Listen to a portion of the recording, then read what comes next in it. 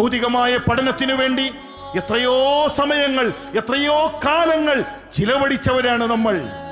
അള്ളാഹുവിന്റെ റസൂൽ സല്ലല്ലാഹു അലൈഹി വസല്ലം തങ്ങൾ പഠിപ്പിച്ച ഗൗരവമേറിയ ഒരു ഹദീസുണ്ട്. ഇന്നല്ലാഹ യുബ്ഗിളു കുല്ല ആലിമിൻ ബിദ്ദുനിയ വജാഹിലിൻ ബിൽ ആഖിറ. അള്ളാഹുവിന് കോപമാണ്, അള്ളാഹുവിന് കോപമാണ് ദുനിയാവിന്റെ വിഷയത്തിൽ ആലിമുകളായ, ആഖിറത്തിന്റെ വിഷയത്തിൽ ജാഹിലുകളായ ആളുകളുടെ വിഷയത്തിൽ റബ്ബിന് കോപമാണ്.